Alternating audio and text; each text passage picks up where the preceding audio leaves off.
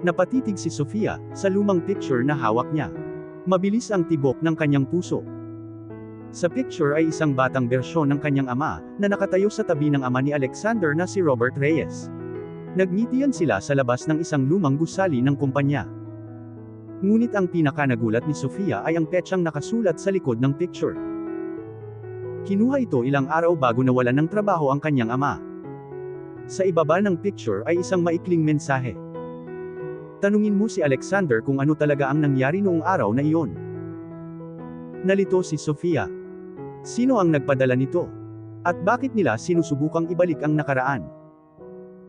Nang gabing iyon, napansin ni Alexander na may mali. Sofia, anong nangyayari? Tahimik siyang tumingin sa kanya. May natanggap ako ngayon. Iniabot niya sa kanya ang picture. Nang makita ito ni Alexander, nagbago ang ekspresyon ng kanyang mukha. Kilala ko ang picture na ito. Nanlaki ang mga mata ni Sofia. Kilala mo ba? Umupo si Alexander at huminga ng malalim. Itinago ng tatay ko ang picture na ito sa opisina niya. Lagi niyang sinasabi na ang tatay mo ay isa sa mga pinakatapat na taong nakilala niya. Mukhang nagulat si Sofia. Kung gayon, bakit nagbago ang lahat? Maingat na tiningnan ni Alexander ang picture. Dahil may nagtaksil sa ating dalawang pamilya. Ipinaliwanag niya na ilang taon na ang nakalilipas, ang kanyang ama at ang ama ni Sofia ay magkasama sa isang malaking proyekto. Nagtitiwala sila sa isa't isa na parang magkapatid. Ngunit may isang tao sa loob ng kumpanya na palihim na nagnakaw ng mahahalagang dokumento, at sinisi ang ama ni Sofia. Peke ang ebidensya. Nang matuklasan ang katotohanan, umalis na ang ama ni Sofia sa kumpanya, naniniwalang walang nagtitiwala sa kanya. Hindi kaaway ang tatay mo, sabi ni Alexander. Isa siyang biktima. Napuno ng luha ang mga mata ni Sofia. Sa lahat ng mga taong ito, inakala ng pamilya ko na pinabayaan na kami. Hinawakan ni Alexander ang kanyang kamay. Pasensya na kung kinailangan mong dalhin ang sakit na iyon. Ngunit bago pa sila makapagpatuloy, sumugod si Michael sa silid. Boss, nalaman na namin kung sino ang nagpadala ng sulat. Tumayo si Alexander. Sino? Nag-alangan si Michael.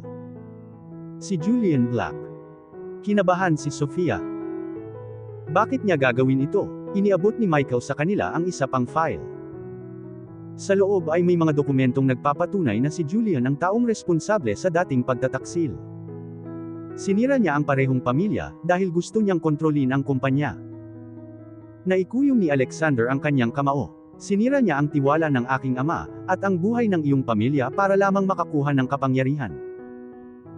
Tumingin si Sofia kay Alexander. Kung gayon bakit niya ibinubunyag ang katotohanan ngayon? Sumagot si Michael, dahil may gusto siya. Nang gabing iyon, kinontak ni Julian si Alexander. Alam kong natuklasan mo ang katotohanan, sabi ni Julian sa telepono. Nanatiling kalmado si Alexander. Ano ang gusto mo? Tumawa lang si Julian. Ang iyong kumpanya, ang iyong reputasyon, at ang iyong kaligayahan. Tumigas ang ekspresyon ni Alexander. Hindi ka mananalo. Ngumiti si Julian. Siguro hindi, pero may isa pa akong surprise. Isang mensahe ang lumabas sa telepono ni Alexander. Isa itong video. Sa video ay may isang taong inakala ni Alexander na nawala ilang taon na ang nakalilipas.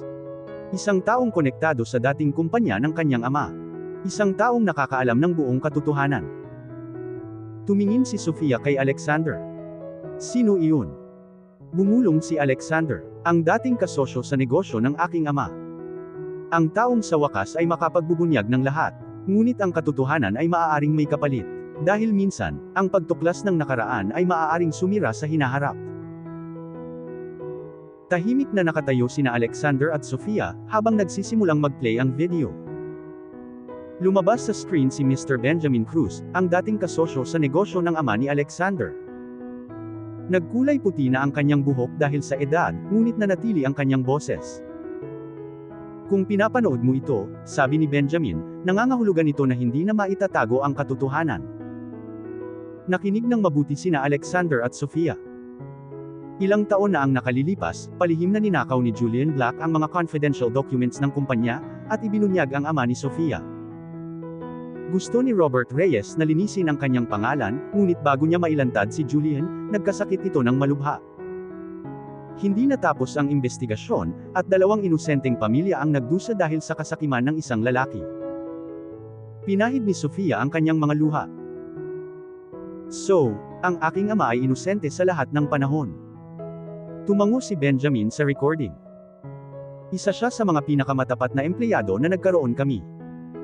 Hindi tumigil si Robert Reyes sa pagsisisi na hindi niya ito maprotektahan. Ipinikit ni Alexander ang kanyang mga mata. Sa loob ng maraming taon, pinasan niya ang bigat ng nakaraan ng kanyang pamilya, naniniwalang wala siyang magagawa para ayusin ito. Ngayon ay sa wakas ay nalaman na niya ang buong katotohanan. Kinabukasan, nagpatawag si Alexander ng isang press conference. Napuno ng mga journalists, empleyado, at mga leader ng negosyo ang silid. Nakatayo sa tabi ni Sofia, nagsalita si Alexander ng may kumpiyansa.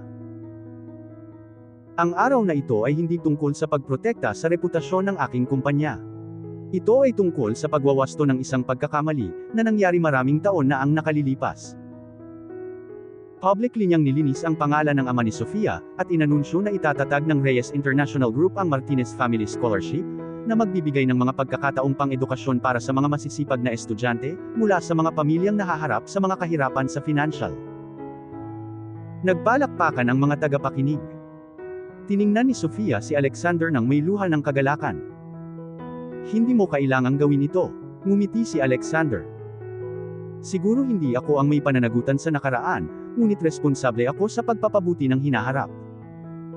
Di nagtagal, inaresto si Julian Black.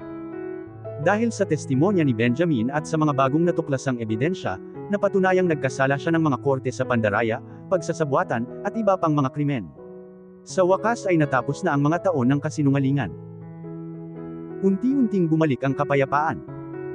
Pagkalipas ng ilang buwan, inimbitahan ni Alexander si Sofia sa parehong maliit na kafe, kung saan sila unang nagkita noong maulan na gabing iyon.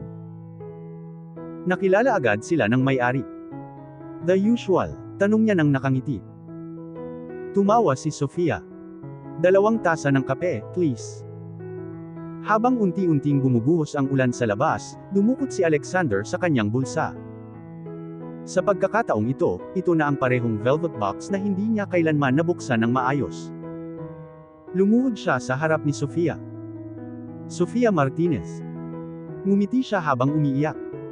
"Noong unang beses na nagkita tayo, binigyan mo ng kape ang isang pagod na estranghero. Wala kang pakialam na isa akong CEO. Pinili mo lang ang kabaitan. Itinuro mo sa akin na walang kahulugan ang tagumpay kung walang love, family, and compassion." Binuksan niya ang box. Sa loob ay isang magandang diamond ring. "Will you marry me and spend the rest of your life with me?" Tinakpan ni Sofia ang kanyang bibig, habang tumutulo ang mga luha sa kanyang mga pisngi. Walang pag-aalinlangan, tumango siya. "Yes, 1,000 beses, yes." Pumalakpak ang mga tao sa kafe nang marahang isinuot ni Alexander ang singsing sa kanyang daliri. Pagkalipas ng 1 taon, ikinasal sila sa isang magandang garden na napapalibutan ng pamilya, mga kaibigan, at mga empleyadong naging bahagi ng kanilang buhay. Nanatili si Alexander bilang CEO ng Reyes International Group, ngunit namumuno siya ng may ibang puso. Mas nakinig siya, mas nagmalasakit, at nagbigay inspirasyon sa iba, na mamuno ng may integridad. Ipinagpatuloy ni Sofia ang kanyang creative work, at tumulong sa pamamahala ng charity foundation ng kumpanya, na nagdala ng pag-asa sa hindi mabilang na mga pamilya. Magkasama, pinatunayan nila na ang tunay na tagumpay ay hindi nasusukat sa kayamanan o kapangyarihan, kundi sa mga buhay na iyong naaapektuhan, at sa pagmamahal na inyong ibinabahagi. At bawat taon, sa anibersaryo ng araw na una silang nagkita, bumabalik sila sa iisang maliit na kafe, umorder ng 2 tasa ng kape, at ngumiti sa alaala kung paano binago ng isang simpleng gawa ng kabaitan ang kanilang buhay magpakailanman. At dito na po, nagtatapos ang part 5 ng ating kwento.